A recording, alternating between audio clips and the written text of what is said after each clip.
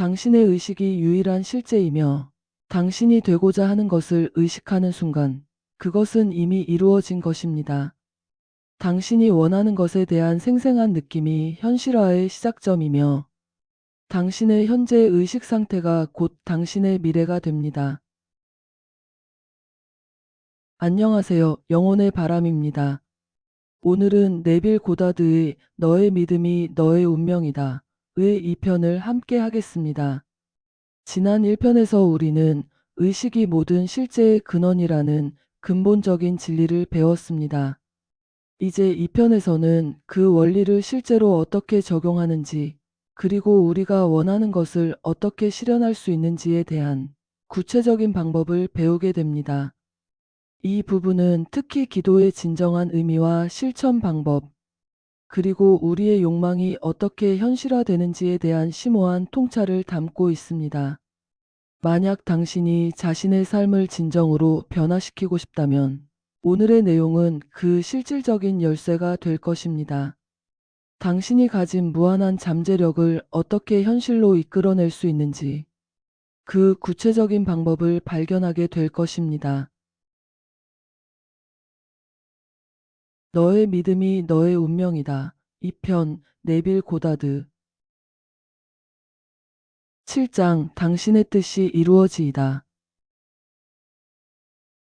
내 원대로 마시고 아버지의 원대로 하옵소서. 누가복음 22장 42절. 이 수능은 내가 스스로는 아무것도 할 수 없나니 내 안에 계신 아버지께서 그의 일을 하시는도다 라는 맹목적인 깨달음이 아니다. 인간이 의지를 행사할 때 그는 지금 존재하지 않는 어떤 것을 시간과 공간 속에 나타나게 하려고 시도한다. 너무나 자주 우리는 우리가 정말로 하고 있는 것을 의식하지 못한다. 우리는 무의식적으로 우리가 표현할 능력을 가지고 있지 않다고 말한다. 우리는 미래의 시간에 필요한 능력을 얻을 희망에 기초하여 우리의 욕망을 단언한다. 나는 아니지만 될 것이다. 인간은 의식이 일을 하는 아버지라는 것을 깨닫지 못하기 때문에 그는 자신이 됨을 의식하지 않은 것을 표현하려고 시도한다. 그러한 투쟁들은 실패할 운명이다. 오직 현재만이 자신을 표현한다. 내가 찾는 것이 됨을 의식하지 않는다면 나는 그것을 찾지 못할 것이다. 하나님, 당신의 의식은 모든 것의 실체이자 충만함이다. 하나님의 뜻은 될 것의 인식이 아니라 있는 것의 인식이다. 이 말씀을 당신의 뜻이 이루어지이다로 보지 말고 당신의 뜻이 이루어졌나이다로 보라. 일들은 완성되었다. 모든 것을 보이게 만드는 원리는 영원하다. 눈으로 보지 못하고 귀로 듣지 못하고 사람의 마음으로 생각지도 못한 것들을 하나님이 법을 사랑하는 자들을 위하여 예비하셨으니 조각가가 형태없는 대리석 조각을 볼 때 그는 그 형태없는 덩어리 안에 묻혀있는 자신의 완성된 예술 작품을 본다. 조각가는 자신의 걸작을 만드는 대신 단순히 자신의 구상을 가리고 있는 대리석 부분을 제거함으로써 그것을 드러낸다. 이는 당신에게도 마찬가지로 적용된다. 당신의 형태없는 의식 속에는 당신이 앞으로 자신이라고 생각할 모든 것이 묻혀 있다. 이 진리를 인식하면 당신은 그렇게 만들려고 노력하는 미숙한 노동자에서 그것이 그러함을 인식하는 위대한 예술가로 변화될 것이다. 당신이 지금 당신이 되고자 하는 것이라는 주장은 인간적 어둠의 베일을 제거하고 당신의 주장을 완벽하게 드러낼 것이다. 나는 그것이다. 하나님의 뜻은 과부의 말, 잘 되었나이다에서 표현되었다. 인간의 뜻은 잘 될 것이다 였을 것이다. 나는 건강해질 것이다 라고 말하는 것은 나는 아프다라고 말하는 것이다. 하나님, 영원한 지금은 말이나 헛된 반복으로 조롱받지 않는다. 하나님은 계속해서 있는 것을 인격화한다. 따라서 예수 자신을 하나님과 동등하게 만든 자의 수능은 미래가 나는 무엇이 될 것이다 로 나타내는 부족의 인식에서 나는 그것이다. 이루어졌나이다. 감사합니다. 아버지. 라고 주장함으로써 공급의 인식으로 돌아서는 것이었다. 이제 당신은 선지자가 약한 자가 이르기를 나는 강하다 할지어다 라고 말했을 때의 지혜를 보게 될 것이다. 인간은 그의 맹목성 속에서 선지자의 조언에 주의를 기울이지 않을 것이다. 그는 자신이 약하고 가난하고 비참하다고 주장하면서 미래에 대한 기대 속에서 무지하게 이러한 특성들로부터 자유로워질 것이라고 주장하면서 그가 자유로워지려고 하는 다른 모든 바람직하지 않은 표현들을 계속한다. 그러한 생각들은 그를 자유롭게 할 수 있는 유일한 법칙을 좌절시킨다.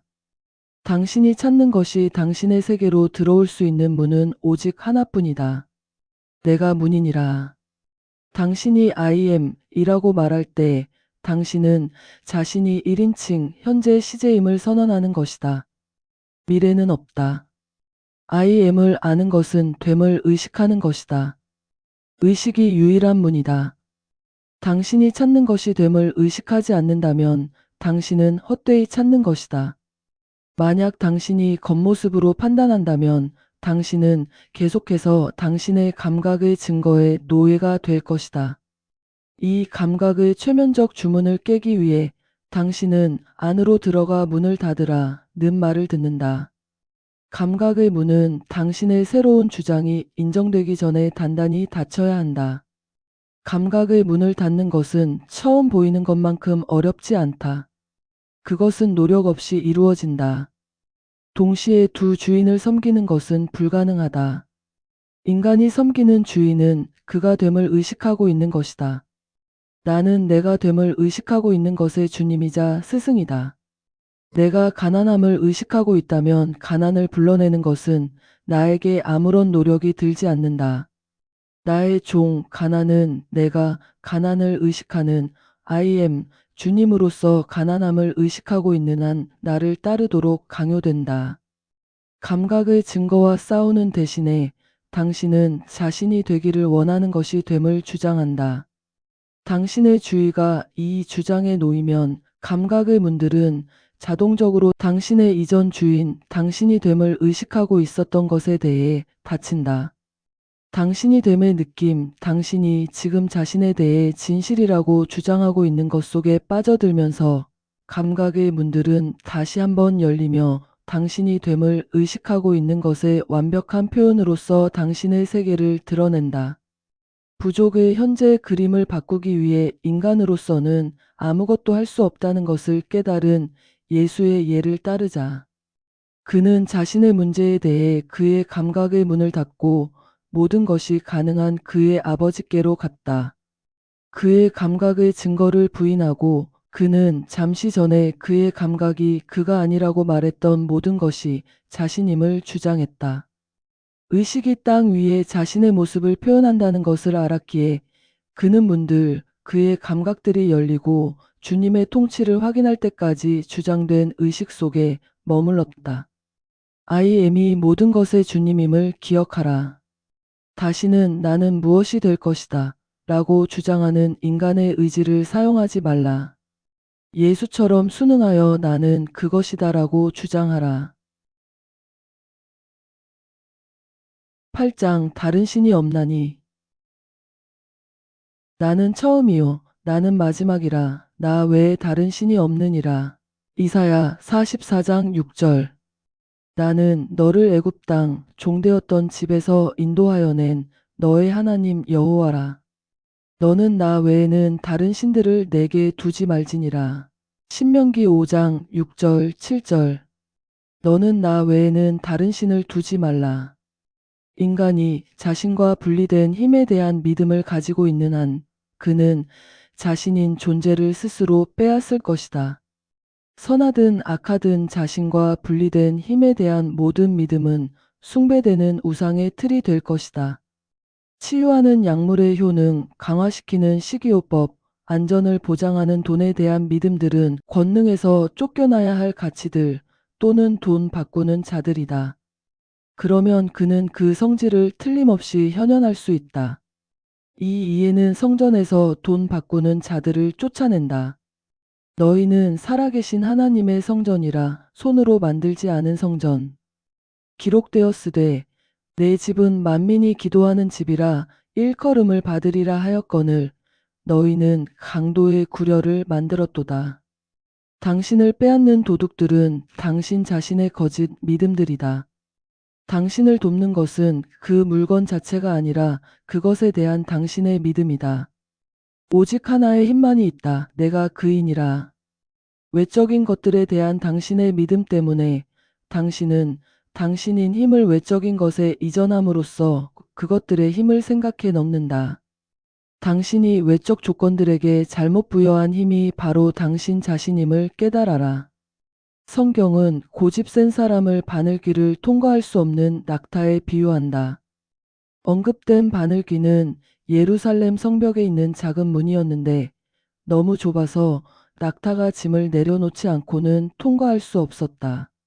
부자, 즉 거짓된 인간적 개념들의 짐을 진 자는 그 짐에서 벗어나기 전에는 낙타가 이 작은 문을 통과할 수 없는 것처럼 천국에 들어갈 수 없다. 인간은 자신이 만든 법칙들, 의견들, 믿음들 안에서 너무나 안전하다고 느껴서 그것들이 가지고 있지 않은 권위를 그것들에 부여한다. 자신의 지식이 전부라고 만족하면서 그는 모든 외적 현상이 단지 외면화된 마음의 상태라는 것을 인식하지 못한 채 남아있다. 그가 어떤 성질에 대한 의식이 다른 것이나 많은 가치들의 도움 없이 그 성질을 외면화한다는 것을 깨달을 때 그는 유일한 참된 가치 자신의 의식을 확립한다. 여호와께서 그 성전에 계시니 의식은 그것이 됨을 의식하고 있는 것 안에 거한다. I am이 주님이요 인간은 그의 성전이다. 의식이 자신을 객관화한다는 것을 알기에 인간은 모든 사람이 그들인 것에 대해 용서해야 한다. 그는 모든 이가 다른 이의 도움 없이 그들이 됨을 의식하고 있는 것을 표현하고 있다는 것을 깨달아야 한다. 깨달은 또는 훈련된 사람인 베드로는 의식의 변화가 표현의 변화를 만들어낼 것임을 알았다. 성전 문에 있는 인생의 거지들을 동정하는 대신 그는 선언했다. 은과 금은 내게 없거니와 너를 위한 내게 있는 것 자유의 의식을 내게 주노니 내 속에 있는 은사를 부릴 듯 하게 하라. 국어를 멈추고 당신이 되기로 결정한 것이 됨을 주장하라. 이렇게 하면 당신도 절름발이 세계에서 자유의 세계로 뛰어올라 주 I am께 찬양을 부르게 될 것이다. 너희 안에 계신 이가 세상에 있는 자보다 크시니라. 이것은 자신의 존재의식이 하나님임을 발견하는 모든 이의 외침이다. 이 사실에 대한 당신의 인식은 자동적으로 성전, 당신의 의식을 도둑들과 강도들로부터 깨끗하게 할 것이며 너는 나 외에는 다른 신을 두지 말라는 명령을 잊은 순간 당신이 잃어버린 사물에 대한 지배권을 당신에게 회복시킬 것이다. 9장 기초석 각 사람이 어떻게 그 위에 세울지 주의하라. 이 놓인 것 외에 능히 다른 터를 닦아둘 자가 없으니 이 터는 예수 그리스도라. 만일 누구든지 금이나 은이나 보석이나 나무나 풀이나 짚으로 이 터 위에 세우면 각 사람의 공적이 나타날 터인데 그날이 공적을 밝히리니. 고린도전서 3장 10절에서 13절 모든 표현의 기초는 의식이다. 인간이 아무리 노력해도 그는 됨을 의식하는 것 외에 현현의 다른 원인을 찾을 수 없다. 인간은 병의 원인을 세균에서 전쟁의 원인을 대립하는 정치적 이데올로기와 탐욕에서 찾았다고 생각한다. 지혜의 정수로 분류된 인간의 이러한 모든 발견들은 하나님의 눈에는 어리석음이다. 오직 하나의 힘만이 있으며 이 힘은 하나님, 의식이다. 그것은 죽이기도 하고 살리기도 하며 상처를 입히기도 하고 치유하기도 한다. 그것은 선하든 나쁘든 중립적이든 모든 일을 행한다. 인간은 자신의 의식이 객관화된 것에 불과한 세계에서 움직인다. 이를 모르기에 그는 반사상을 투영하는 빛과 이미지들을 살아있게 유지하면서 그의 반사상들과 싸운다. 나는 세상의 빛이니라. I am 의식이 빛이다. 내가 됨을 의식하고 있는 것, 나 자신에 대한 나의 개념. 예를 들어 나는 부유하다, 나는 건강하다, 나는 자유롭다, 와 같은 이미지들이다. 세상은 내가 됨을 의식하고 있는 모든 것을 확대하는 거울이다. 세상은 단지 거울이므로 세상을 바꾸려고 하지 말라. 자신의 얼굴을 바꾸기를 바라며 거울을 깨는 것처럼 인간이 힘으로 세상을 바꾸려는 시도는 헛되다. 거울을 그대로 두고 당신의 얼굴을 바꾸라. 세상을 그대로 두고 당신 자신에 대한 개념들을 바꾸라. 그러면 반영은 만족스러울 것이다. 자유나 구속, 만족이나 좌절은 오직 됨을 의식함으로써만 구별될 수 있다. 당신의 문제가 무엇이든 그 지속 기간이나 크기와 관계없이 이 지침들에 주의를 기울이면 놀랍도록 짧은 시간 안에 문제의 기억조차 제거될 것이다. 자신에게 이 질문을 하라. 내가 자유롭다면 어떤 느낌일까? 당신이 진심으로 이 질문을 하는 바로 그 순간 답이 온다. 어떤 인간도 다른 이에게 그의 욕망이 충족된 만족감을 말해줄 수 없다. 이 의식의 자동적인 변화의 느낌과 기쁨을 경험하는 것은 각자의 내면에 남아있다. 자문에 대한 응답으로 오는 느낌이나 전율이 의식적 변화가 세워지는 아버지의 의식 상태 또는 기초석이다. 이 느낌이 어떻게 구현될지 아무도 모르지만 그것은 구현될 것이다. 아버지 의식은 인간이 알지 못하는 방법들을 가지고 있다. 그것은 변경할 수 없는 법칙이다. 모든 것은 그들의 본성을 표현한다. 당신이 어떤 느낌을 입으면 그것이 당신의 본성이 된다. 그것은 순간이 걸릴 수도 있고 1년이 걸릴 수도 있다. 그것은 전적으로 확신의 정도에 달려 있다. 의심이 사라지고 당신이 나는 이것이다 라고 느낄 수 있을 때 당신은 당신이 됨을 느끼고 있는 것의 열매 또는 본성을 발전시키기 시작한다. 누군가가 새 모자나 새 신발을 살 때 그는 모든 사람이 그것들이 새 것임을 안다고 생각한다. 그는 새로 획득한 의복이 자신의 일부가 될 때까지 그것과 함께 부자연스럽게 느낀다. 새로운 의식 상태를 입는 것에도 같은 것이 적용된다. 당신이 내 욕망이 지금 이 순간 실현된다면 어떤 느낌일까? 라고 자문할 때 그것이 시간과 사용으로 적절히 조건화될 때까지는 자동적인 응답이 실제로 불안하다. 이 의식의 잠재력을 실현하기 위한 적응 기간은 의복을 입는 새로움에 비교할 수 있다. 의식이 항상 당신 주위의 조건들 속에 자신을 그려내고 있다는 것을 모르기 때문에 롯의 아내처럼 당신은 계속해서 당신의 문제를 돌아보고 다시 그것의 겉보기 자연스러움에 최면이 걸린다. 예수 구원의 말씀에 주의를 기울여라. 모든 것을 버리고 나를 따르라. 죽은 자들로 그들의 죽은 자들을 장사하게 하라.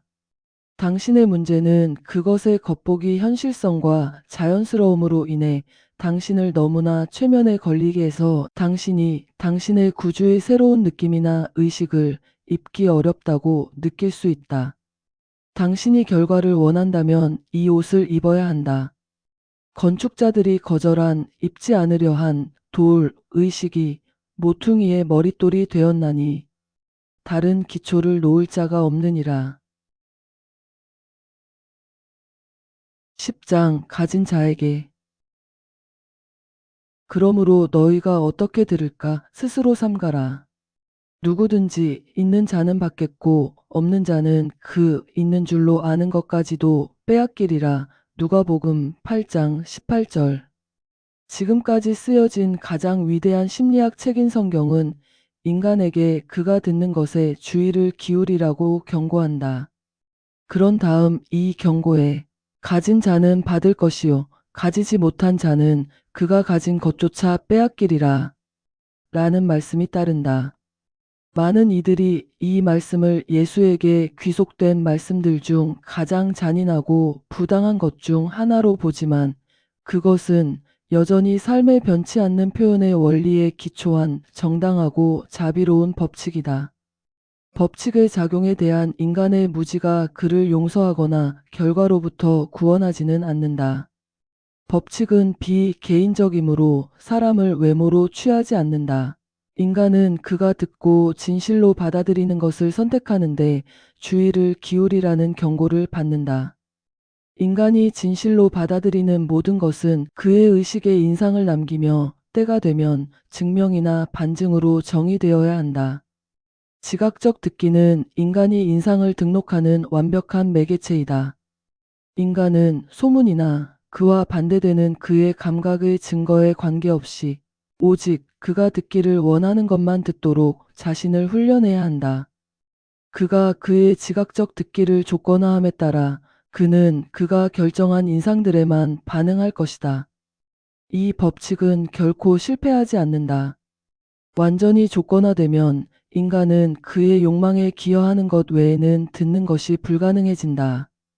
당신이 발견했듯이 하나님은 당신이 됨을 의식하고 있는 모든 것을 당신에게 주는 조건 지어지지 않은 의식이다. 어떤 것이 됨이나 가짐을 의식하는 것은 당신이 됨을 의식하고 있는 것이 되거나 가지는 것이다. 이 변치 않는 원리 위에 모든 것이 놓여 있다. 어떤 것도 그것이 됨을 의식하고 있는 것과 다른 것이 되는 것은 불가능하다. 가진 자, 그가 됨을 의식하고 있는 것은 받을 것이라. 좋든 나쁘든 중립적이든 상관없이 인간은 그가 됨을 의식하고 있는 것을 100배로 받는다. 이 변치 않는 법칙에 따라 가지지 못한 자는 그것이 그에게서 빼앗겨 가진 자에게 더해지리라. 부자는 더 부자가 되고 가난한 자는 더 가난해진다. 당신은 오직 당신이 됨을 의식하고 있는 것만을 확대할 수 있다. 모든 것은 그것들이 조화를 이루는 의식으로 끌린다. 마찬가지로 모든 것은 그것들이 조화를 이루지 못하는 의식으로부터 스스로를 푼다. 세상의 부를 모든 인간에게 똑같이 나누어도 짧은 시간 안에 이 평등한 분배는 원래대로 불균형해질 것이다. 부는 그것이 빼앗긴 사람들의 주머니로 되돌아갈 것이다. 가진 자들을 파괴하기를 주장하는 가지지 못한 자들의 합창에 동참하는 대신 이 변치 않는 표현의 법칙을 인식하라. 의식적으로 당신을 당신이 원하는 것으로 정의하라. 일단 정의되고 당신의 의식적 주장이 확립되면 보상을 받을 때까지 이 확신 속에서 계속하라. 밤이 지나면 낮이 오는 것처럼 확실하게 의식적으로 주장된 어떤 속성이든 자신을 현현할 것이다. 그리하여 자고 있는 정통파 세계에는 잔인하고 부당한 법칙인 것이 깨달은 자에게는 가장 자비롭고 정당한 진리의 말씀이 된다. 내가 온 것은 패하려 함이 아니요 완전케 하려 함이로라. 실제로는 아무것도 파괴되지 않는다. 어떤 겉보기 파괴도 의식의 변화의 결과이다. 의식은 항상 그것이 거하는 상태를 가득 채운다. 의식이 분리된 상태는 이 법칙에 익숙하지 않은 이들에게 파괴적인 것으로 보인다. 하지만 이것은 단지 새로운 의식 상태를 위한 준비일 뿐이다. 당신이 가득 채워지기를 원하는 것이 됨을 주장하라. 아무것도 파괴되지 않는다. 모든 것이 완전케 된다. 가진 자는 받을 것이다. 11장 크리스마스. 보라, 처녀가 잉태하여 아들을 낳을 것이요. 그 이름을 임마누엘이라 하리라 하셨으니 이를 번역한즉 하나님이 우리와 함께 계시다 함이라. 마태복음 1장 23절. 신약 성서에서 가장 논란이 많은 진술 중 하나는 인간이 관여하지 않은 예수의 동정녀 잉태와 그 이후의 탄생에 관한 것이다. 한 처녀가 남자의 도움 없이 아들을 잉태하고 그런 다음 은밀히 그리고 노력 없이 그녀의 잉태한 것을 출산했다고 기록되어 있다. 이것이 모든 기독교가 기초하는 토대이다. 기독교 세계는 이 이야기를 믿으라는 요청을 받는다. 인간이 자신의 위대함을 완전히 표현하기 위해서는 믿을 수 없는 것을 믿어야 하기 때문이다. 과학적으로 인간은 동정녀 출산이 생리학적으로 가능하다는 것을 그의 이성이 허용하지 않기 때문에 성경 전체를 거짓된 것으로 버리고 싶을 수 있다. 하지만 성경은 영혼의 메시지이며 인간이 그것의 진정한 상징을 발견하기 위해서는 심리학적으로 해석되어야 한다. 인간은 이 이야기를 물리적 사실의 진술이 아닌 심리학적 드라마로 보아야 한다. 그렇게 함으로써 그는 성경이 자기 적용될 경우 그의 가장 큰 성취의 꿈을 초월하는 표현된 현현으로 이어질 법칙에 기초하고 있음을 발견할 것이다. 이 자기 표현의 법칙을 적용하기 위해 인간은 하나님께는 모든 것이 가능하다 라는 플랫폼 위에 서도록 믿음으로 교육받고 훈련되어야 한다. 신약 성서의 중요한 극적인 날짜들, 즉 예수의 탄생, 죽음, 부활은 특정한 천문학적 현상과 일치하도록 시기와 날짜가 정해졌다. 이 이야기를 기록한 신비주의자들은 1년 중 특정한 계절의 지상의 유익한 변화들이 하늘의 천문학적 변화들과 일치한다는 것을 알아차렸다. 이 심리학적 드라마를 쓰면서 그들은 영혼의 이야기를 인간의 전기로 인격화했다. 이러한 우주적 변화들을 사용하여 그들은 인간이 법칙을 따를 때 심리학적으로 인간의 의식 속에서 동일한 유익한 변화들이 일어난다는 것을 전달하기 위해 예수의 탄생과 부활을 표시했다. 그것을 이해하지 못하는 사람들에게도 크리스마스 이야기는 지금까지 전해진 가장 아름다운 이야기 중 하나이다. 그것의 신비로운 상징의 빛 속에서 펼쳐질 때 그것은 세상의 모든 현현의 진정한 탄생으로 드러난다. 이 동정녀 출산은 12월 25일에 또는 특정 비밀 결사들이 그것을 기념하는 것처럼 12월 24일 자정인 크리스마스 이브에 일어났다고 기록되어 있다. 신비주의자들은 이 천문학적 변화가 의미하는 위대한 지상의 혜택들과 부합했기 때문에 예수의 탄생을 표시하기 위해 이 날짜를 정했다.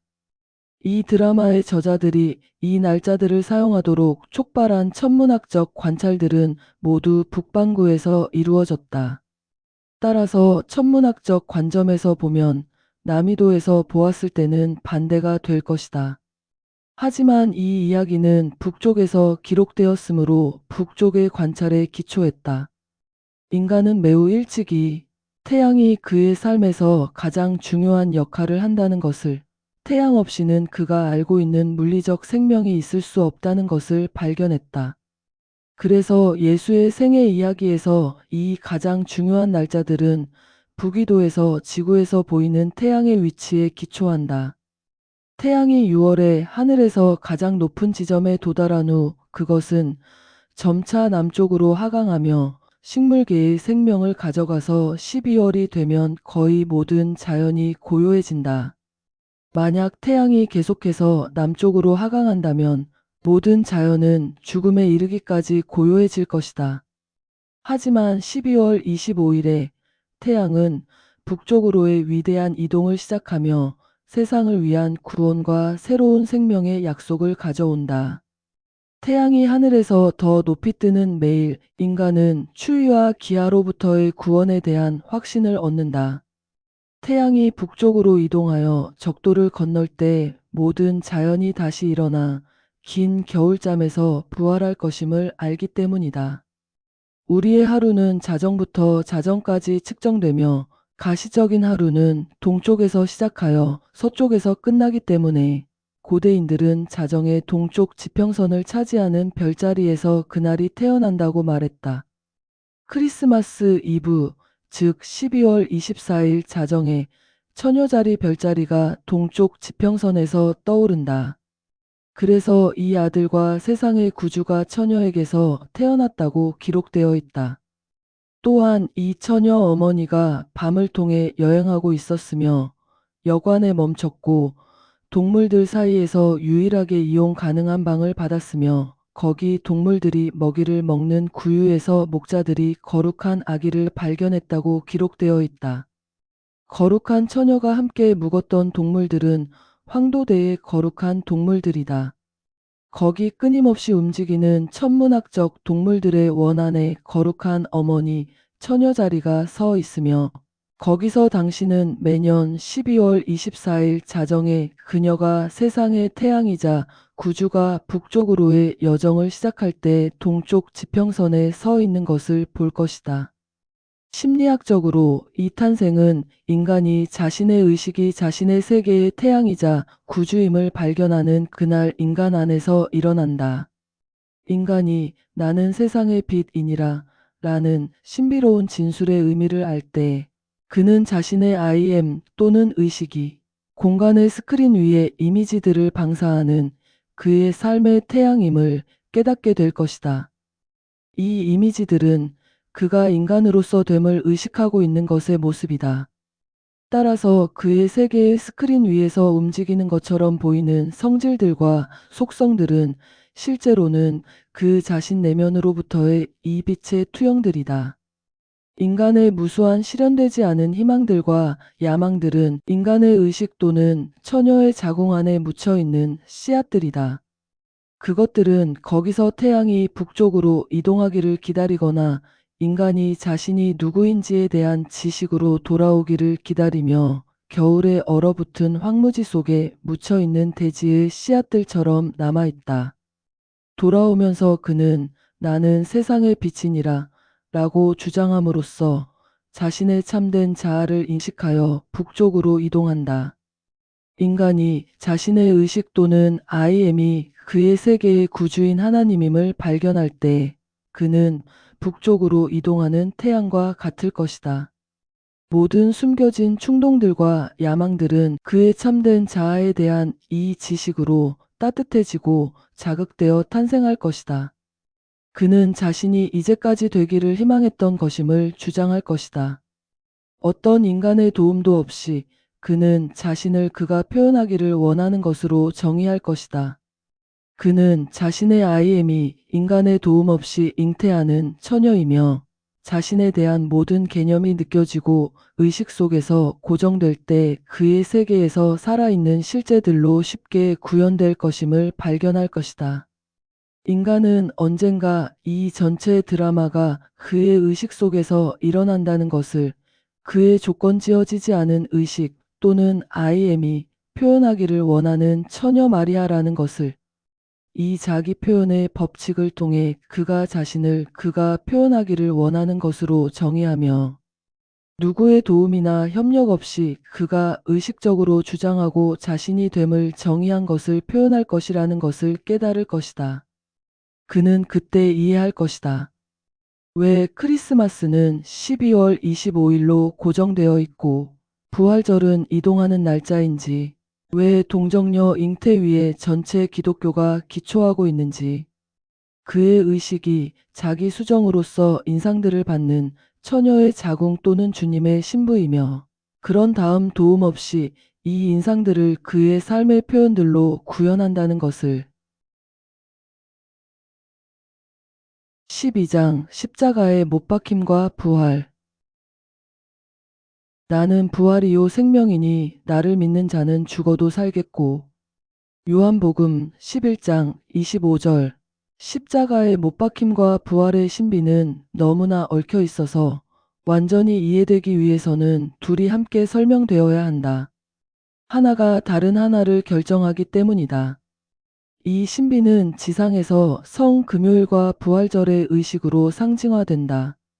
당신은 교회가 매년 발표하는 이 우주적 사건의 기념일이 다른 탄생과 죽음을 표시하는 기념일들처럼 고정된 날짜가 아니라 해마다 바뀌어서 3월 22일부터 4월 25일 사이에 아무 날에나 떨어질 수 있다는 것을 관찰했다.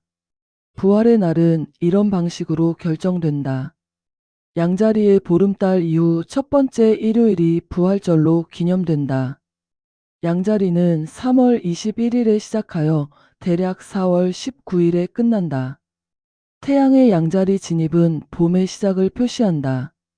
달은 지구 주위를 매월 도는 과정에서 3월 21일과 4월 25일 사이 언젠가 태양과 대립을 형성할 것이며 이 대립을 보름달이라고 부른다. 하늘에 이 현상이 일어난 후 첫 번째 일요일이 부활절로 기념된다. 이날 전의 금요일은 성금요일로 지켜진다.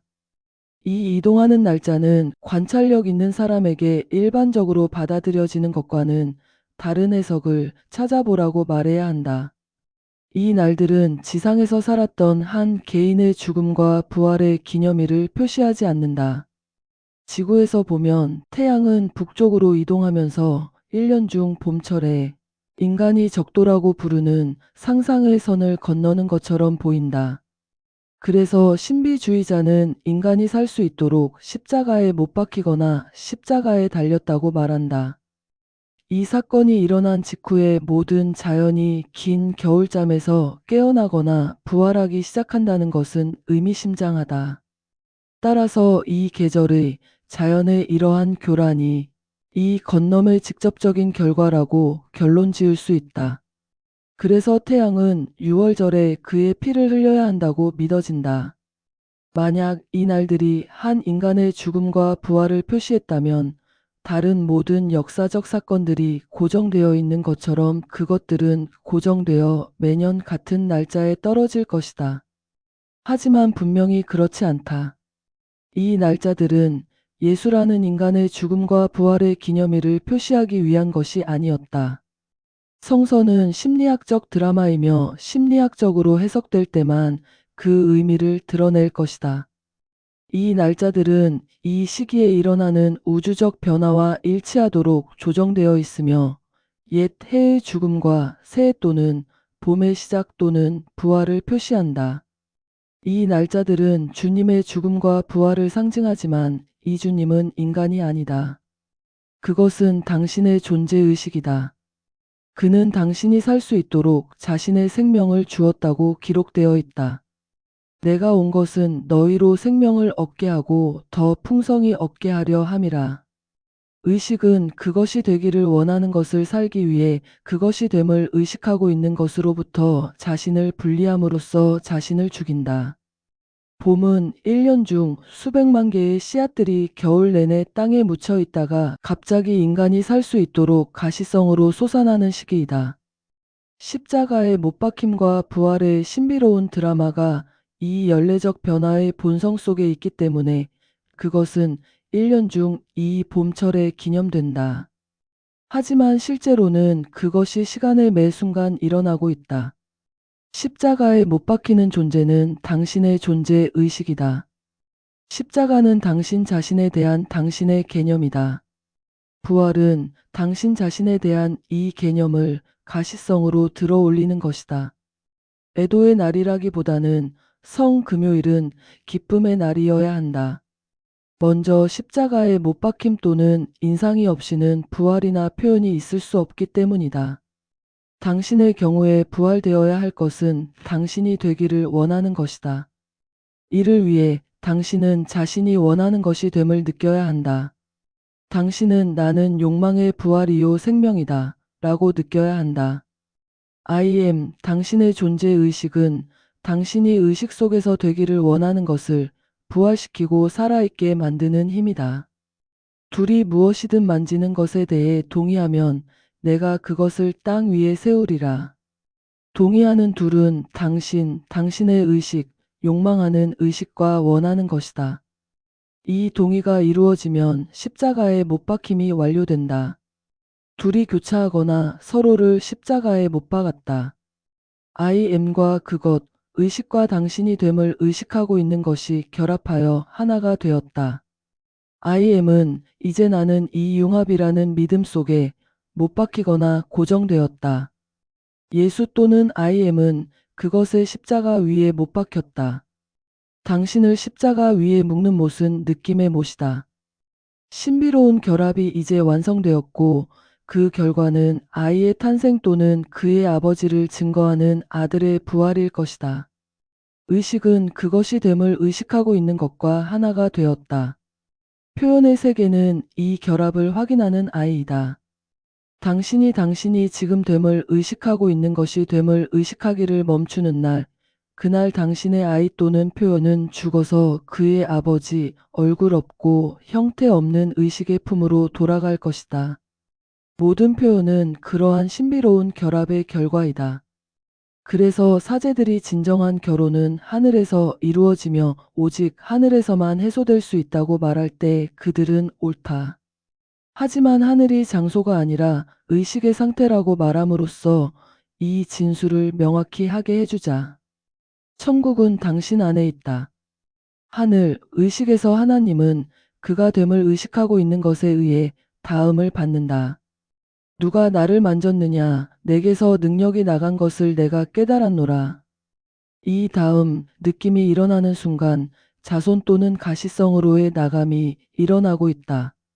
인간이 나는 자유롭다, 나는 부유하다, 나는 강하다 라고 느끼는 날, 하나님, IM은 이러한 성질들 또는 덕목들에 의해 다음을 받거나 십자가에 못 박힌다.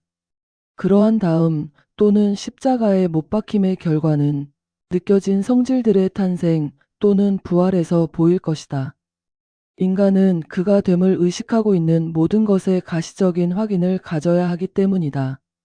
이제 당신은 왜 인간 또는 현현이 항상 하나님의 형상대로 만들어지는지 알게 될 것이다. 당신의 의식은 당신이 됨을 의식하고 있는 모든 것을 상상하고 외적으로 그려낸다. 나는 주님이요, 나 외에는 다른 신이 없느니라. 나는 부활이요 생명이니라. 당신은 당신이 되기를 원하는 것이라는 믿음 속에 고정될 것이다. 당신이 그러하다는 어떤 가시적인 증거를 가지기 전에 당신은 당신 안에 고정되었다고 느낀 깊은 확신으로부터 당신이 그러함을 알 것이다. 그래서 당신의 감각의 확인을 기다리지 않고 당신은 다 이루었다 라고 외칠 것이다. 그러면 이 변치 않는 법칙의 지식에서 태어난 신앙으로 당신은 죽어서 매장된 것처럼 될 것이다. 당신은 당신의 확신 속에서 고요하고 움직이지 않을 것이며 당신이 고정하고 당신 안에서 느끼고 있는 성질들을 부활시킬 것이라고 확신할 것이다. 13장 인상들. 우리가 흙에 속한 자의 형상을 입은 것 같이 또한 하늘에 속한 자의 형상을 입으리라. 고린도전서 15장 49절. 당신의 의식 또는 당신의 IM은 인상들이 새겨지는 무한한 잠재력이다. 인상들은 당신의 IM 위에 새겨진 정의된 상태들이다. 당신의 의식 또는 당신의 IM은 민감한 필름에 비유될 수 있다. 처녀 상태에서 그것은 잠재적으로 무제한적이다. 당신은 사랑의 메시지나 증오의 찬가, 아름다운 교향곡이나 불협화음의 재즈를 인상 짓거나 기록할 수 있다. 인상의 본질이 무엇이든 상관없다. 당신의 IM은 불평 없이 기꺼이 모든 인상을 받아들이고 유지할 것이다. 당신의 의식은 이사야 53장 3절에서 7절까지에서 언급된 그이다. 그는 멸시를 받아 사람들에게 버림받았으며 간고를 많이 겪었으며 질고를 아는 자라. 마치 사람들이 그에게서 얼굴을 가리는 것 같이 멸시를 당하였고 우리도 그를 귀히 여기지 아니하였도다. 그는 실로 우리의 질고를 지고 우리의 슬픔을 당하였거늘 우리는 생각하기를 그가 징벌을 받아 하나님께 맞으며 고난을 당한다 하였노라. 그가 찔림은 우리의 허물을 인함이요 그가 상함은 우리의 죄악을 인함이라. 그가 징계를 받음으로 우리가 평화를 누리고 그가 채찍에 맞음으로 우리가 나음을 입었도다. 우리는 다 양 같아서 그릇 행하여 각기 제 길로 갔거늘 여호와께서는 우리 모두의 죄악을 그에게 담당시키셨도다. 그가 곤욕을 당하여 괴로울 때에도 그의 입을 열지 아니하였음이요 마치 도수장으로 끌려가는 어린 양과 털 깎는 자 앞에서 잠잠한 양같이 그의 입을 열지 아니하였도다. 당신의 조건 지어지지 않은 의식은 비개인적이다. 그것은 사람을 외모로 취하지 않는다. 생각이나 노력 없이 그것은 자동적으로 그 위에 등록된 모든 인상을 표현한다. 그것은 그 위에 놓이는 어떤 인상에도 반대하지 않는다. 그것은 어떤 정의된 상태든 모두 받아들이고 표현할 수 있지만 영원히 순결하고 무제한적인 잠재력으로 남아있기 때문이다. 당신의 IM은 당신 자신에 대한 정의된 상태나 개념이 기초하는 토대이다. 하지만 그것은 그러한 정의된 상태들에 의해 정의되지 않으며 그것의 존재를 위해 그것들에 의존하지도 않는다. 당신의 IM은 확장되거나 수축하지 않는다. 아무것도 그것을 바꾸거나 그것에 더하지 않는다. 어떤 정의된 상태가 있기 전에도 그것은 있다. 모든 상태가 존재하기를 멈출 때도 그것은 있다. 당신 자신에 대한 모든 정의된 상태나 개념은 당신의 영원한 존재의 순간적인 표현일 뿐이다. 인상을 받는다는 것은 I'm pressed, 나는 눌려진다. 즉, 1인칭 현재 시제가 되는 것이다. 모든 표현은 인상들의 결과이다. 오직 당신이 자신을 당신이 되기를 원하는 것이라고 주장할 때에만 당신은 그러한 욕망들을 표현할 것이다. 모든 욕망이 있는 성질들의 인상이 되게 하라. 있게 될 성질들의 인상이 아니라. I am, 당신의 의식은 하나님이며 하나님은 모든 것의 충만함, 영원한 지금 I am이다. 내일을 걱정하지 말라. 내일의 표현은 오늘의 인상들에 의해 결정된다. 지금이 받아들여질 때라. 천국이 가까이 왔느니라. 예수, 구원은 내가 항상 너희와 함께 있으리라 라고 말씀하셨다. 당신의 의식은 항상 당신과 함께 있는 구주이다. 하지만 만약 당신이 그를 부인하면 그도 당신을 부인할 것이다. 당신은 그가 나타날 것이라고 주장함으로써 그를 부인한다. 오늘날 수백만이 구원이 올 것이라고 주장하는 것처럼 이는 우리는 구원받지 못했다 라고 말하는 것과 같다. 당신은 당신의 구주가 나타나기를 기다리는 것을 멈추고 당신이 이미 구원받았다고 주장하기 시작해야 한다. 그러면 당신의 주장의 표적들이 따를 것이다. 과부에게 그녀의 집에 무엇이 있느냐고 물었을 때 그것은 실체에 대한 인식이었다. 그녀의 주장은 약간의 기름이었다. 적절히 주장된다면 약간의 방울이 분출구가 될 것이다. 당신의 의식은 모든 의식을 확대한다. 내가 기름, 기쁨을 가지게 될 것이라고 주장하는 것은 내가 빈 그릇들을 가지고 있다고 고백하는 것이다. 그러한 결핍의 인상들은 결핍을 만든다. 하나님, 당신의 의식은 사람을 외모로 취하지 않는다.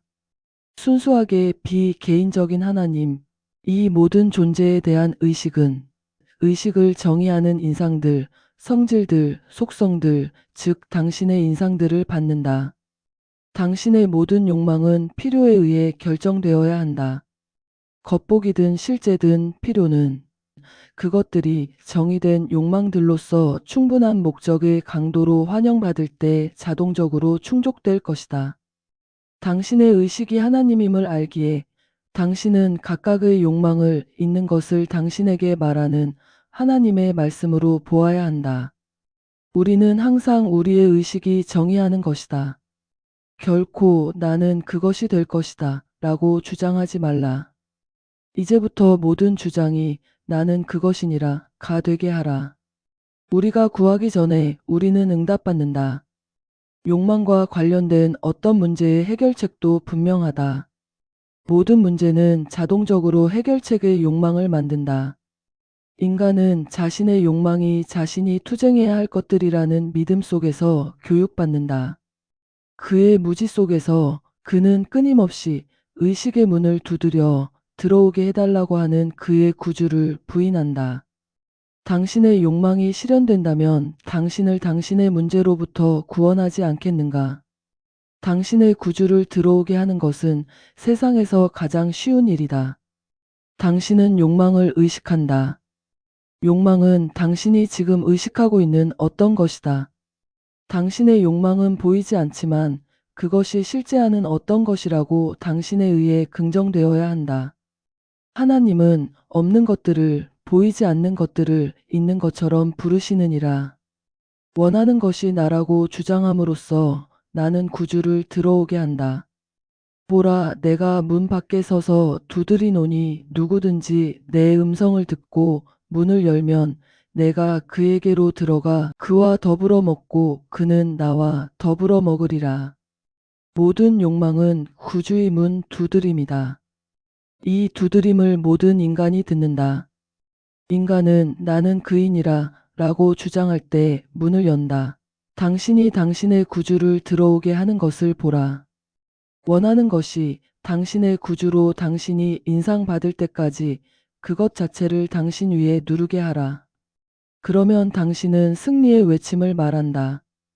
다 이루었다. 14장 할례. 또 그 안에서 너희가 손으로 하지 아니한 할례를 받았으니 곧 육적 몸을 벗는 것이요 그리스도의 할례니라. 골로새서 2장 11절. 할례는 창조의 머리를 가리는 베일을 제거하는 수술이다. 물리적 행위는 영적 행위와 아무런 관계가 없다. 전 세계가 물리적으로 할례를 받을 수 있지만 여전히 부정하고 맹인이 맹인을 인도하는 자들로 남을 수 있다. 영적으로 할례받은 자들은 어둠의 베일이 제거되어 자신이 세상에 비친 그리스도임을 안다. 이제 독자인 당신에게 영적 수술을 행하게 하라. 이 행위는 탄생 후 8일째 되는 날에 행해진다. 이 날이 어떤 특별한 의미가 있거나 다른 날들과 다르기 때문이 아니라 8이 시작도 끝도 없는 숫자이기 때문에 이 8일째 되는 날에 행해진다. 더욱이 고대인들은 8이라는 숫자나 문자를 창조의 신비가 그 안에 그리고 그 뒤에 묻혀있는 울타리나 베일로 상징화했다. 따라서 8일째 되는 날의 수술의 비밀은 그 행위의 본질과 부합한다. 그 행위는 창조의 영원한 머리, 모든 것이 시작하고 끝나는 그 변치 않는 어떤 것을 드러내는 것이며 그것은 모든 것이 존재하기를 멈출 때도 그것의 영원한 자아로 남는다. 이 신비로운 어떤 것은 당신의 존재 의식이다. 이 순간 당신은 존재함을 의식하고 있지만 당신은 또한 누군가가 됨을 의식하고 있다. 이 누군가는 당신이 진정으로 있는 존재를 가리는 베일이다. 당신은 먼저 존재함을 의식하고 그 다음 인간됨을 의식한다. 인간이라는 베일이 당신의 얼굴 없는 자아 위에 놓인 후 당신은 특정 인종, 국가, 가문, 신조 등의 구성원이 됨을 의식하게 된다. 영적 할례에서 들어 올려져야 할 베일은 인간의 베일이다. 하지만 이것이 이루어지기 전에 당신은 인종, 국가, 가문 등의 부착물들을 잘라내야 한다. 그리스도 안에는 헬라인이나 유대인이나 종이나 자유인이나 남자나 여자가 없느니라. 아버지와 어머니, 형제를 버리고 나를 따르라. 이를 이루기 위해 당신은 그러한 주장들에 무관심해짐으로써 자신을 이러한 구분들과 동일시하는 것을 멈춘다. 무관심이 자르는 칼이다. 느낌이 묶는 끈이다. 당신이 인종이나 신조의 구별 없이 인간을 하나의 큰 형제로 볼 수 있을 때 그때 당신은 이러한 부착물들을 잘라냈음을 알 것이다. 이러한 끈들이 잘려나가면 이제 당신을 당신의 참된 존재와 분리시키는 것은 당신이 인간이라는 당신의 믿음뿐이다.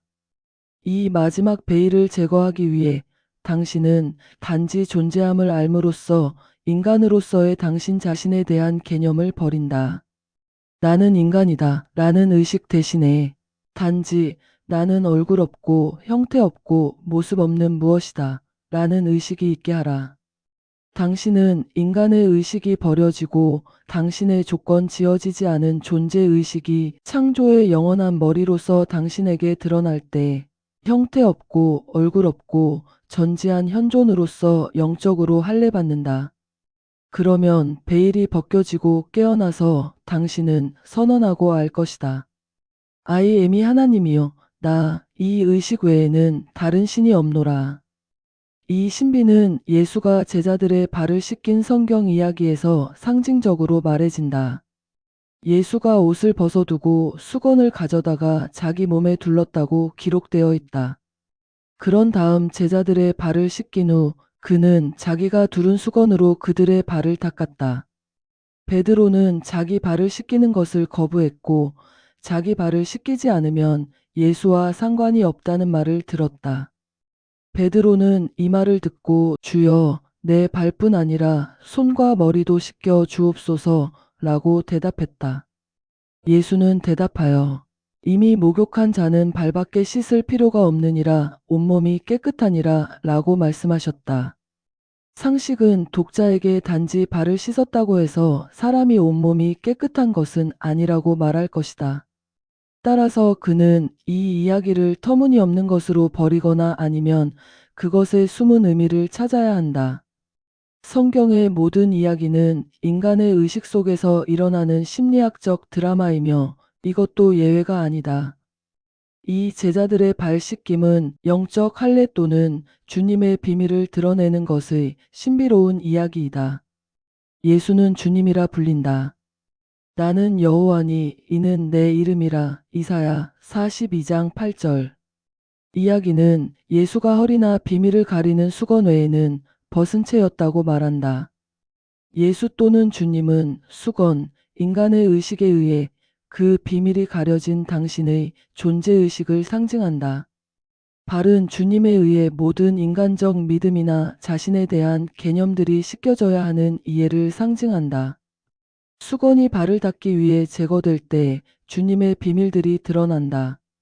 간단히 말해서 당신이 인간이라는 믿음을 제거하는 것이 당신의 의식을 창조의 머리로 드러낸다.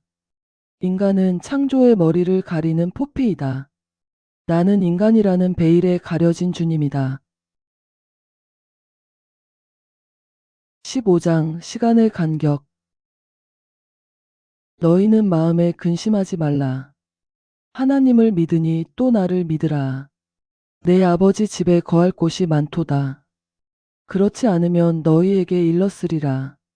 내가 너희를 위하여 처소를 예비하러 가노니 가서 너희를 위하여 처소를 예비하면 내가 다시 와서 너희를 내게로 영접하여 나 있는 곳에 너희도 있게 하리라. 요한복음 14장 1절에서 3절. 당신이 믿어야 할 나는 당신의 의식 I am이다. 그것이 하나님이다. 그것은 또한 모든 상상 가능한 의식 상태들을 그 자체 안에 담고 있는 아버지의 집이다. 조건 지어진 모든 의식 상태는 거처라고 불린다.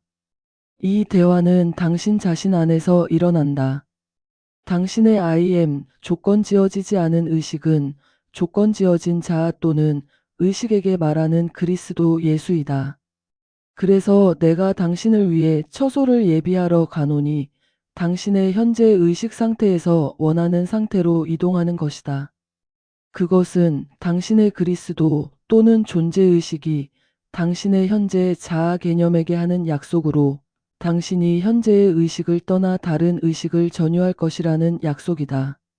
인간은 시간의 노예이기 때문에 만약 그가 지금 세상에 보이지 않는 의식 상태를 전유한 후에 그것, 전유된 상태가 즉시 구현되지 않으면 그는 그의 보이지 않는 주장에 대한 신앙을 잃는다. 즉시 그것을 버리고 그의 이전의 정적인 존재 상태로 돌아간다. 인간의 이러한 제한 때문에 나는 준비된 거처로의 이 여행을 할 때 특정한 시간 간격을 사용하는 것이 매우 도움이 된다는 것을 발견했다. 조금만 기다리라. 우리는 모두 한 주의 다른 날들, 1년의 달들과 계절들을 분류해 두었다. 이것은 당신과 내가 여러 번, 오늘은 마치 일요일처럼 느껴진다 또는 월요일 또는 토요일이라고 말했다는 것을 의미한다. 우리는 또한 한여름에 이것은 마치 가을처럼 느껴지고 보인다라고 말했다. 이것은 당신과 내가 이러한 다른 날들, 달들, 그리고 1년의 계절들과 관련된 확실한 느낌들을 가지고 있다는 긍정적인 증거이다. 이러한 연관 때문에 우리는 언제든지 우리가 선택한 그날이나 계절 속에 의식적으로 거할 수 있다. 당신이 그것을 받기를 열망하기 때문에 이 간격을 이기적으로 날과 시간으로 정의하지 말라. 단순히 그것이 이루어졌다는 확신 속에 머물러라. 시간은 순전히 상대적이므로 완전히 제거되어야 한다. 그러면 당신의 욕망이 성취될 것이다. 시간의 어떤 지점에서도 거할 수 있는 이 능력은 우리가 원하는 거처로 여행할 때 시간을 사용할 수 있게 한다. 이제 나, 의식은 시간의 한 지점으로 가서 그곳에 처소를 예비한다. 만약 내가 그러한 시간의 지점으로 가서 처소를 예비한다면 나는 내가 떠난 이 시간의 지점으로 돌아올 것이다. 그리고 나는 당신을 데리고 내가 예비한 그 처소로 들어갈 것이니 내가 있는 곳에 당신도 있게 하리라. 이 여행의 예를 들어보겠다. 당신에게 강렬한 욕망이 있다고 가정해보자. 시간의 노예가 된 대부분의 사람들처럼 당신은 제한된 간격 안에 그토록 큰 욕망을 실현하는 것이 불가능하다고 느낄 수 있다. 하지만 모든 것이 하나님께 가능하다는 것을 인정하고 하나님이 당신 안에 나 또는 당신의 존재 의식임을 믿으면서 당신은 이렇게 말할 수 있다. 나는 아무것도 할 수 없다. 하지만 모든 것이 하나님께 가능하고 하나님이 나의 존재 의식임을 알기에 나는 조금 있으면 나의 욕망을 실현할 수 있다. 내 욕망이 어떻게 실현될지 나는 알지 못한다. 하지만 나의 존재의 법칙에 의해 나는 그것이 이루어질 것임을 안다. 이 믿음이 확고히 확립되면 그러한 욕망이 실현될 수 있는 상대적이고 합리적인 시간 간격이 무엇일지 결정하라. 다시 한번 당신에게 상기시키지만 당신이 당신의 욕망을 받기를 열망하기 때문에 시간 간격을 줄이지 말라. 그것을 자연스러운 간격으로 만들어라. 아무도 당신에게 시간 간격을 줄 수 없다. 오직 당신만이 자연스러운 간격이 당신에게 무엇일지 말할 수 있다. 시간 간격은 상대적이다. 즉, 어떤 두 개인도 그들의 욕망 실현을 위해 같은 시간 측정을 하지 않을 것이다. 시간은 항상 인간의 자신에 대한 개념에 의해 조건 지어진다. 조건 지어진 의식에 의해 결정되는 자신에 대한 확신은 항상 시간 간격을 줄인다. 만약 당신이 위대한 성취에 익숙하다면 당신은 패배를 배운 사람보다 훨씬 더 짧은 간격을 자신에게 줄 것이다. 만약 오늘이 수요일이고 당신이 일요일까지 당신의 욕망이 당신 자신의 새로운 실현으로 구현되는 것이 충분히 가능하다고 결정했다면 그러면 일요일이 당신이 방문할 시간의 지점이 된다. 이 방문을 하기 위해 당신은 수요일을 차단하고 일요일을 들여보낸다. 이것은 단순히 지금이 일요일이라고 느낌으로써 이루어진다. 교회 종소리를 듣기 시작하라. 그날의 고요함과 일요일이 당신에게 의미하는 모든 것을 느끼기 시작하라. 실제로 지금이 일요일이라고 느껴라. 이것이 이루어지면 수요일에는 단지 욕망이었던 것을 받은 기쁨을 느껴라. 그것을 받은 완전한 전율을 느끼고 그런 다음 당신이 뒤에 남겨둔 시간의 지점인 수요일로 돌아오라. 이렇게 함으로써 당신은 수요일에서 일요일로 이동함으로써 의식 속에 진공을 만들었다. 자연은 진공을 혐오하므로 그것을 채우기 위해 서두르며 그래서 당신이 잠재적으로 창조한 것, 즉 정의된 욕망이 실현된 기쁨의 모습대로 틀을 만든다. 당신이 수요일로 돌아올 때 당신은 기쁜 기대감으로 가득 찰 것이다. 다음 일요일에 일어나야 할 것의 의식을 확립했기 때문이다. 당신이 목요일, 금요일, 토요일의 간격을 걸어갈 때 조건들에 상관없이 아무것도 당신을 방해하지 않는다. 당신이 안식일에 무엇이 될지를 미리 결정했고 그것이 변할 수 없는 확신으로 남아있기 때문이다. 미리 가서 처소를 예비하고 당신은 당신에게로 돌아왔으며 이제 그를 3일의 간격을 통해 예비된 처소로 데려가고 있다. 그가 당신의 기쁨을 당신과 함께 나눌 수 있도록 내가 있는 곳에 너희도 있게 하리라. 16장 삼위일체 하나님 하나님이 이르시되 우리의 형상을 따라 우리의 모양대로 우리가 사람을 만들자. 창세기 1장 26절. 하나님이 우리의 존재의식이며 이 조건 지어지지 않은, 변치 않는 실제 I am이 유일한 창조자임을 발견했으니 왜 성경이 삼위일체를 세상의 창조자로 기록하는지 알아보자. 창세기 1장 26절에서 하나님이 이르시되 우리의 형상을 따라 우리가 사람을 만들자 라고 기술되어 있다. 교회들은 이 복수의 하나님들을 성부 하나님, 성자 하나님, 성령 하나님이라고 부른다. 성부 하나님, 성자 하나님, 성령 하나님이 무엇을 의미하는지 그들은 결코 설명하려 시도하지 않았다. 그들이 이 신비에 대해 어둠 속에 있기 때문이다. 아버지, 아들, 성령은 하나님이라 불리는 조건 지어지지 않은 존재의식의 세 가지 측면 또는 조건이다. 존재함의 의식은 어떤 것이 됨의 의식에 선행한다. 모든 의식 상태들에 선행하는 그 조건 지어지지 않은 의식이 하나님, I am이다. 자신의 세 가지 조건 지어진 측면들 또는 구분들은 이런 방식으로 가장 잘 말해질 수 있다. 마음의 수용적 태도는 인상들을 받는 측면이므로 자궁이나 어머니에 비유될 수 있다. 인상을 만드는 것은 남성적 또는 누르는 측면이므로 아버지로 알려진다. 인상은 시간이 지나면서 표현이 되며 그 표현은 항상 인상의 모습과 형상이다. 따라서 이 객관화된 측면은 그의 아버지, 어머니를 증거하는 아들이라고 말해진다. 이 삼위일체의 신비를 이해하면 이해하는 자가 자신의 세계를 완전히 변형하고 자신이 원하는 대로 만들 수 있게 된다. 여기 이 신비의 실제적 적용이 있다. 조용히 앉아서 당신이 가장 표현하거나 소유하고 싶은 것이 무엇인지 결정하라. 결정한 후에 눈을 감고 원하는 것의 실현을 부정하는 모든 것으로부터 당신의 주의를 완전히 돌려라.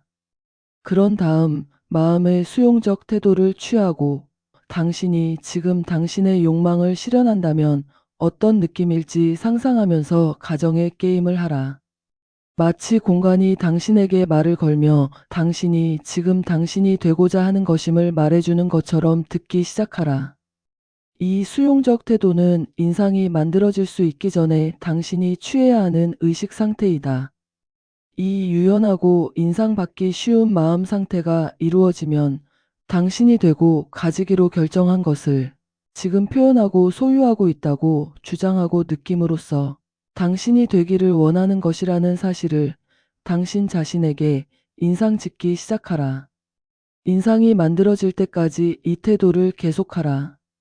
당신이 되고 소유하기로 결정한 것이 됨과 소유함을 묵상할 때 당신은 호흡을 들이쉴 때마다 기쁨의 전율이 당신의 전체 존재를 관통하는 것을 알아차릴 것이다.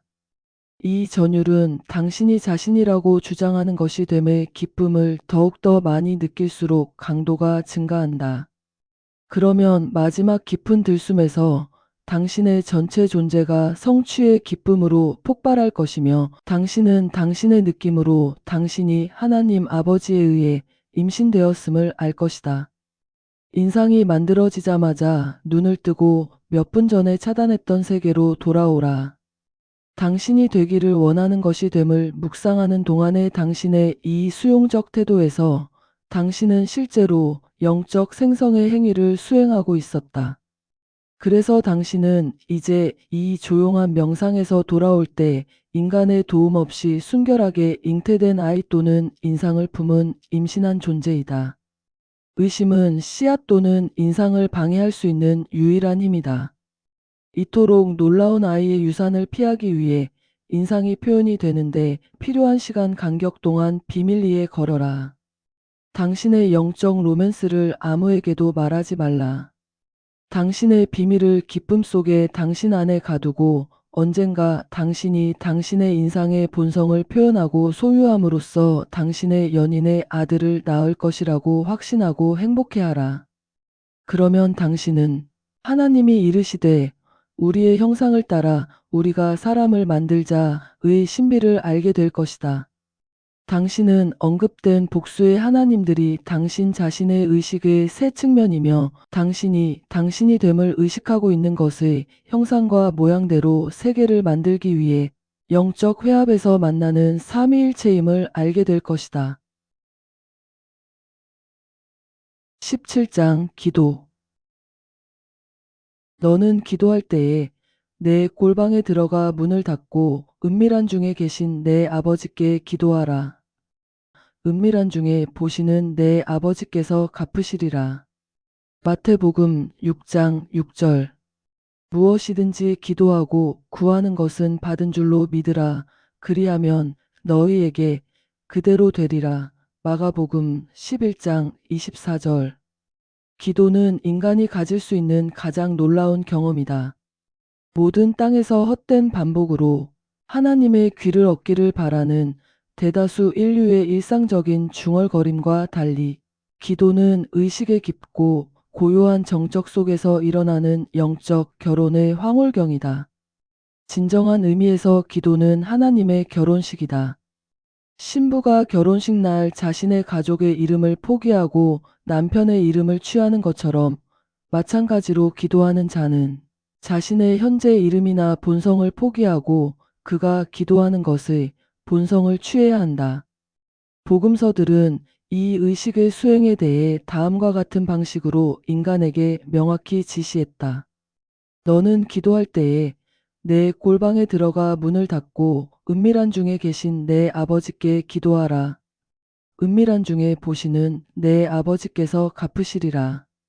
안으로 들어감은 신방에 들어가는 것이다.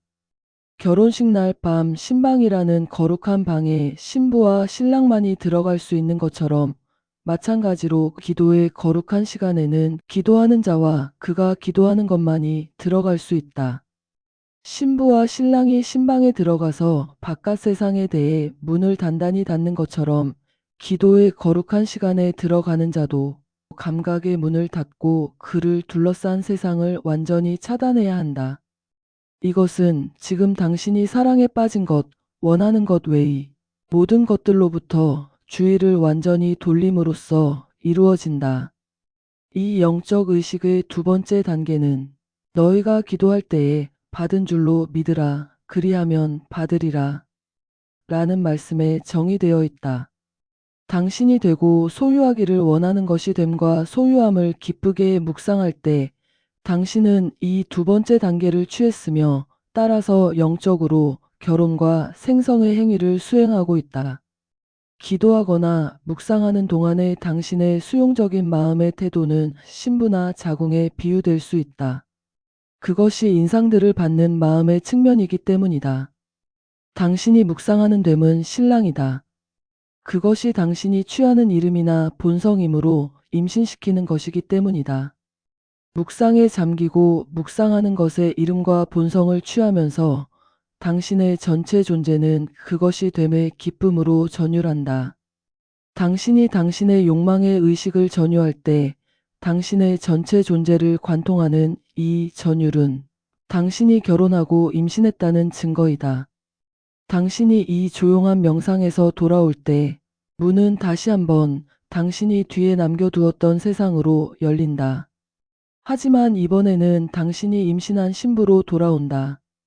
당신은 변화된 존재로 세상에 들어가며 당신 외에는 아무도 이 놀라운 로맨스를 알지 못하지만 세상은 아주 짧은 시간 안에 당신의 임신의 징후들을 볼 것이다. 당신이 침묵의 시간에 자신이라고 느꼈던 것을 표현하기 시작할 것이기 때문이다. 세상의 어머니 또는 주님의 신부는 의도적으로 마리아 또는 물이라고 불린다. 물이 그것이 섞이는 것의 본성을 취하면서 자신의 정체성을 잃는 것처럼 마찬가지로 마리아, 마음의 수용적 태도는 원하는 것의 본성을 취하면서 자신의 정체성을 잃어야 하기 때문이다. 오직 자신의 현재의 제한들과 정체성을 포기하고자 하는 자만이 그가 되기를 원하는 것이 될 수 있다.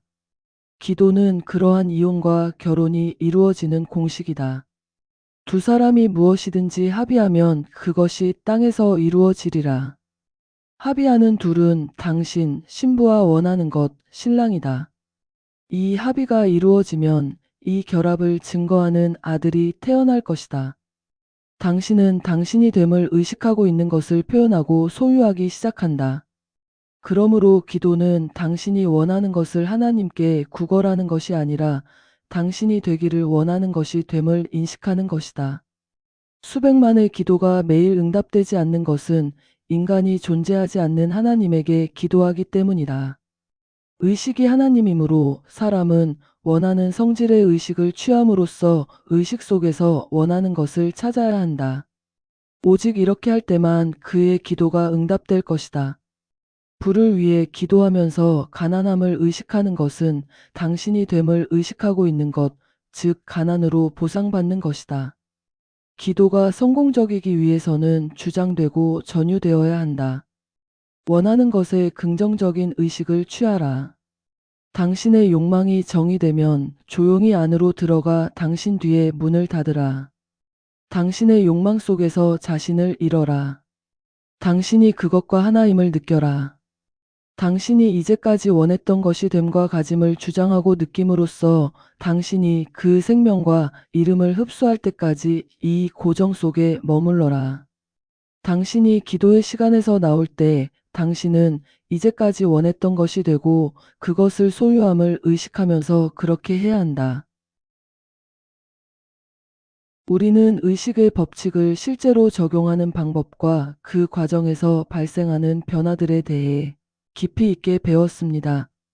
특히 기도의 진정한 본질이 무엇이며 어떻게 하면 우리의 의식을 효과적으로 변화시킬 수 있는지, 그리고 그 변화가 어떻게 물리적 현실로 나타나는지에 대한 명확한 이해를 얻었습니다.